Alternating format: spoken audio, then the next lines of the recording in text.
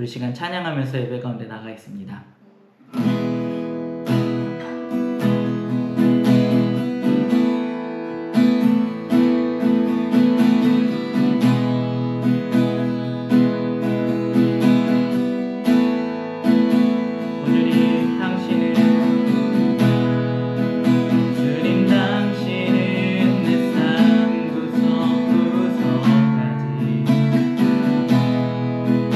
잘하시며 나를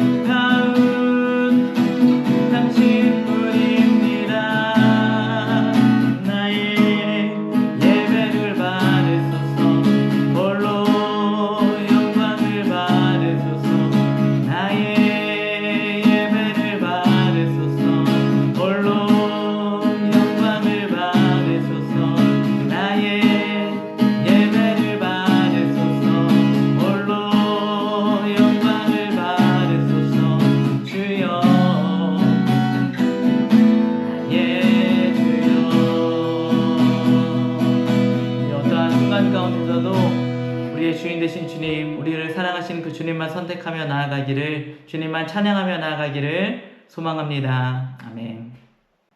할렐루야. 다 같이 사도신경 하심으로 신앙 고백 드리시겠습니다. 전능하사 천지를 만드신 하나님 아버지를 내가 믿사오며 그 외아들 우리 주 예수 그리스도를 믿사오니 이는 성령으로 잉태하사 동정녀 마리아에게 나시고 본디오 빌라도에게 고난을 받으사 십자가에 못 박혀 죽으시고 장사한 지 사흘 만에 죽은 자 가운데서 다시 살아나시며 하늘에 오르사 전능하신 하나님 우편에 앉아 계시다가 거기로부터 산자와 죽은 자를 심판하러 오시리라. 성령을 믿사오며 거룩한 공교회와 성도가 서로 교통하는 것과 죄를 사하여 주시는 것과 몸이 다시 사는 것과 영원히 사는 것을 믿사옵나이다. 아멘. 할렐루야. 라이드 처치 성도님들의 삶 가운데 하나님의 은혜가 늘 충만하기를 주님의 이름으로 축복합니다. 한국이 참 지금 많이 후덥지근한 날씨가 되었죠. 지난번 예배 때 보니까 찬양하시는 분들이 찬양 시작하기도 전에 이미 막 땀에 이렇게 땀을 흘리고 계시더라고요. 이곳 빈도 점점 날씨가 더워지고 있는 시점인 것 같습니다. 어제 오늘은 비가 참 많이 오고 그래서 이 더운 여름 우리가 건강하게 주님 안에서 기쁨으로 잘 지낼 수 있었으면 좋겠습니다. 오늘은 창세기 46장, 47장 함께 살펴보도록 하겠습니다. 오늘의 설교 제목은 조상의 묘지에 장사하라 라는 제목입니다. 조상의 묘지에 장사하라. 야곱이 요셉한테 부탁하는 내용인데요. 왜 야곱이 이러한 부탁을 했는지 오늘 말씀 가운데서 함께 생각해보는 시간을 가졌으면 좋겠습니다. 창세기 46장 1절에서 3절 말씀입니다. 이스라엘이 모든 소유를 이끌고 떠나 브엘세바에 이르러 그의 아버지 이삭의 하나님께 희생 제사를 드리니 그 밤에 하나님이 이상 중에 이스라엘에게 나타나 이르시되 야곱아 야곱아 하시는지라. 야곱이 이르되 내가 여기 있나이다 하매 하나님이 이르시되 나는 하나님이라 내 아버지의 하나님이니 애굽으로 내려가기를 두려워하지 말라. 내가 거기서 너로 큰 민족을 이루게 하리라. 과거 이 가나안 땅에 기근이 들었을 때에 아브라함은 하나님께 묻지 않고 애굽 땅으로 내려갔다가 아내의 살해를 잃을 뻔한 위기를 당하기도 했었습니다. 또 이삭도 기근이 들었을 때 애굽으로 내려가다가 하나님께서 나타나서 이삭아 너는 애굽으로 내려가지 말고 내가 명령하는 땅에 머물러라 라는 말씀을 듣고 애굽으로 내려가지 않기도 했었죠. 근데 지금 야곱은 어떻습니까? 지금 7년 대흉년을 만나서 모든 사람들이 다 굶어 죽을 수도 있는 위기에 빠졌습니다. 그런데 그때 죽은 줄로만 알았었던 아들 요셉이 살아있다는 소식을 들었어요. 애굽 땅에서 살아있었고 또한 그냥 살아있는 게 아니라 애굽의 총리가 되어서 많은 부와 또 곡식을 가지고 있다는 소식을 들었습니다. 그럼 여러분들 같으면 어떤 생각이 들겠어요? 당연히 애굽 땅으로 내려가자라는 생각이 들었겠죠. 그런데 이 야곱은 그냥 애굽 땅으로 내려가지 않고 먼저 하나님 앞에 제사를 드리고 하나님의 음성을 듣습니다. 하나님께서 허락하셔야만 이 가나안 땅을 하나님께서 허락하여 주신 그 땅을 떠나겠다라는 마음이 이 야곱의 행동 가운데서 우리가 확인할 수가 있는 것입니다. 하나님께 묻자 하나님께서 야곱의 가나안 행을 또 허락하시고 또 나아가 축복해 주십니다. 우리가 야곱이 이렇게 하나님께 묻는 이러한 모습을 우리도 배워야 할 것입니다. 모든 사람들이 그게 맞아, 그 길이 맞아, 그렇게 하는 게 당연해 라는 생각이 이야기하고 그런 생각이 들 때에도 하나님의 뜻이 중요합니다. 하나님께서 어떻게 생각하시는지가 가장 중요합니다. 모두가 아니라고 할 때에도 하나님께서 하라고 하시면 하는 것입니다. 모두가 맞다고 해도 하나님께서 하시지 말라고 할 때는 멈춰야 하는 것입니다. 그래서 우리가 항상 하나님의 뜻을 먼저 구하는 모습이 있어야만 할 것입니다. 이때 야곱과 함께 가나안 땅에 내려갔었던 이 가족의 숫자가 총 67명이 등장을 합니다. 요셉과 요셉의 두 아들 이 므낫세와 에브라임을 더하면 합해서 70명이 되어집니다. 아브라함 때부터 이 집안은 손이 귀했습니다. 자식이 1명 아니면 2명. 이 집안에 야곱의 때에 이르러서 드디어 이 70명이라는 큰 대가족을 이루게 된 것입니다. 이제 민족이 될 수 있는 기틀을 닦은 것이죠. 하나님의 타임테이블은 우리의 그것과 많이 다른 것 같습니다. 아브라함, 이삭, 야곱의 때에 이르러서도요, 아직 민족이라고 하기에는 민망한 수이죠. 70이 많은 숫자이긴 하지만 아직 민족이라 부를 수는 없을 것 같습니다. 그러나 하나님께서는요, 그 아브라함에게 하신 약속, 이삭과 야곱에게 하신 약속들을 하나하나 이루어가고 계시다는 것입니다. 그 약속의 성취를 때로는 내가 살아가면서 죽을 때까지도 경험하지 못할 때도 있습니다. 그럴 때는 우리가 흔히 내가 실패했구나 라고 생각하기 쉽습니다. 하지만 아브라함도 이삭도 야곱도 실패한 인생이라고 우리가 부르지 않는 것처럼 우리의 인생 가운데 하나님의 그 약속의 결과들이 이루어지지 않는다고 해서 실패한 인생이라고 생각할 필요는 없습니다. 하나님과의 약속은요, 우리가 그 약속의 결과를 보기 위해서 살아가는 것이 아니라 그 약속을 살아내기 위해서 우리가 살아가는 것입니다. 민족의 조상으로서의 삶을 살아갔었던 아브라함과 이삭과 야곱처럼 우리도 하나님께 받은 그 약속을 매일매일의 삶 가운데서 살아내는 것이 중요한 것입니다. 이제 요셉은요, 야곱의 일행이 애굽 땅에 이르렀다는 소식을 듣자 수레를 이끌고 이제 아버지를 맞이하러 갑니다. 그리고 23년 만에 부자 상봉이 있죠. 46장 29절부터 34절 말씀입니다. 요셉이 그의 수레를 갖추고 고센으로 올라가서 그의 아버지 이스라엘을 맞음에 그가 보이고 그의 목을 어금 맞춰 안고 얼마 동안 울매 이스라엘이 요셉에게 이르되 내가 지금까지 살아있고 내가 내 얼굴을 보았으니 지금 죽어도 족하도다. 요셉이 그의 형들과 아버지의 가족에게 이르되 내가 올라가서 바로에게 아뢰어 이르되 가나안 땅에 있던 내 형들과 내 아버지의 가족이 내게로 왔는데 그들은 목자들이라 목축하는 사람들이므로 그들의 양과 소와 모든 소유를 이끌고 왔나이다 하리니 바로가 당신들을 불러 너희의 직업이 무엇이냐 묻거든 당신들은 이르기를 주의 종들은 어렸을 때부터 지금까지 목축하는 자들이온데 우리와 우리 선조가 다 그러하나이다 하소서. 애굽 사람은 다 목축을 가증히 여기나니 당신들이 고센 땅에서 살게 되리이다. 서로 다시는 보지 못할 줄 알았던 아버지와 아들의 부자 상봉의 시간이 지난 뒤에 요셉은 가족들에게 이 애굽 땅에서 살아갈 수 있는 지혜를 나눠줍니다. 바로에게 그들의 직업이 목자라고 이야기하라는 것입니다. 가축을 치는 사람들을 애굽 사람들이 기피하는 신분이었던 것 같아요. 그로 인해서 이스라엘은 애굽 땅에서 거하면서도 애굽인들과 어느 정도 분리된 생활을 할 수 있었을 것입니다. 또한 요셉은요, 자신의 가족들이 고센 땅에 거주하기를 희망하는 것처럼 보입니다. 고센 땅이 정확하게 어떠한 위치인지 우리는 사실 정확하게는 알 수 없지만 많은 학자들이 나일 델타 지역의 동쪽 지역이라고 보는 의견이 많은데 그곳은요 애굽 사람들의 어떤 주류 사회와는 좀 떨어져 있으면서도 물과 목초지가 많은 풍부한 풍요로운 지역이었습니다. 따라서 애굽 사람들의 간섭이나 견제를 적게 받으면서도 독립적으로 살아갈 수 있기에 적합한 땅이었던 것입니다. 요셉은 5 형제와 아버지 야곱을 바로 앞에 데리고 나갑니다. 바로는 요셉의 의견을 듣고 이들이 고센 땅에 거하는 것을 허락해 줍니다. 나아가 바로의 가축을 맡아 기르는 일도 맡겨줍니다.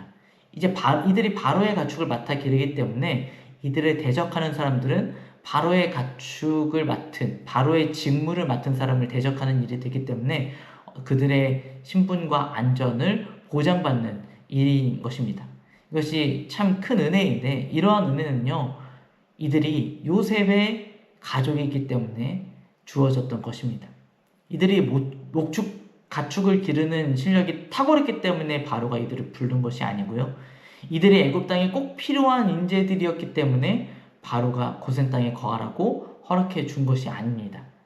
그들이 은혜를 입었다는 것이죠. 우리는 때때로 내가 하지 않은 일들의 열매를 거둘 때가 있습니다. 그때 우리는 그것이 은혜를 입었다는 사실을 기억해야만 합니다. 은혜를 잊어버리면요, 우리가 교만해집니다. 교만해지면 길을 잃어버립니다. 성경에 길을 잃어버린 인물들이 있죠. 삼손은요, 그 자신이 가지고 있었던 그 힘이 자기에게서 나온 줄 알고 방종합니다. 그래서 결국 힘도 잃어버리고 눈까지 멀게 되는 비참한 지경에 처하게 됩니다. 사울이 또한 그랬습니다. 스스로 왕이 된 줄 알고 그 왕자리를 지키려고 하다가 광증에 시달리게 되어지고 결국 스스로 전쟁 가운데 자결하는 비참한 인생을 살게 됩니다. 우리는 살아가면서 은혜가 필요합니다. 내 힘과 내 능력만으로는 이 세상을 살아갈 수가 없습니다. 그래서 우리가 은혜를 받아 누리는 것이 너무나 중요하지만 그것만큼이나 중요한 것이 무엇이냐면 우리가 은혜를 받았다라는 것을 기억하는 것입니다. 내가 받은 은혜는 무엇인가? 은혜를 잘 기억하고 그 은혜에 감사하면서 살아가는 우리 모두가 되었으면 좋겠습니다. 47장 13절에서 27절에 애굽인들과 이스라엘 민족들이 이 7년의 환란을, 기근을 어떻게 버텨나가는가에 대한 내용이 비교되어서 대비되어서 나와 있습니다. 23절에서 25절 말씀입니다. 요셉이 백성에게 이르되 오늘 내가 바로를 위하여 너희 몸과 너희 토지를 샀노라. 여기 종자가 있으니 너희는 그 땅에 뿌리라. 추수의 5분의 1을 바로에게 상납하고 5분의 4는 너희가 가져서 토지의 종자로도 삼고 너희의 양식으로도 삼고 너희 가족과 어린아이의 양식으로도 삼으라. 그들이 이르되 주께서 우리를 살리셨사오니 우리가 주께 은혜를 입고 바로의 종이 되겠나이다. 애굽인들은요, 이 기근의 때에 곡식을 얻기 위해서 자신들의 모든 돈을 바로에게 바치고 모든 가축을 바로에게 바치고 땅도 바치고 그래서 결국에 종과 같은 소장농이 되어 살아가게 됩니다. 그런데 반면에 이스라엘 민족은 어떻습니까? 외부에서 들어온 이스라엘 민족들은요, 오히려 이 애굽 땅에 들어와서 더 번성하게 되어집니다. 27절에 이렇게 기록되어져 있습니다.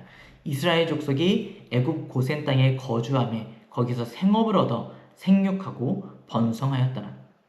이 이스라엘 민족들은요, 기근의 때에 오히려 더 번성하게 됩니다. 가나안 땅에서 살았었던 것보다 더욱 번성합니다. 사실 이 가나안 땅은요, 야곱에게 괴로움의 땅입니다.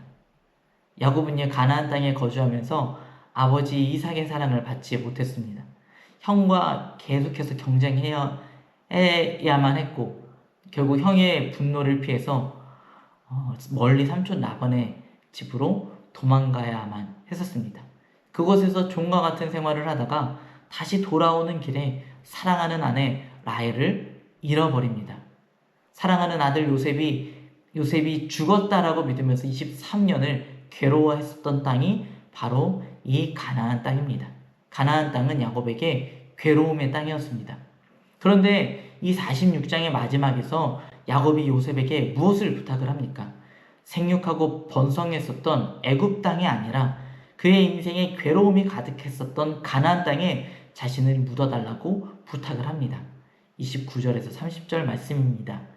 이스라엘이 죽을 날이 가까우매 그의 아들 요셉을 불러 그에게 이르되 이제 내가 내게 은혜를 입었거든 청하노니 내 손을 내 허벅지 아래에 놓고 인애와 성실함으로 내게 행하여 애굽의 나를 장사하지 아니하도록 하라.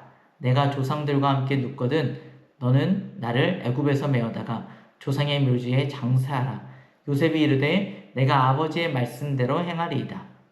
여러분, 무엇이 중요합니까? 그러니까 잘 먹고 잘 사는 것이 중요합니까? 아니면 사람들의 인정을 받는 것이 중요합니까?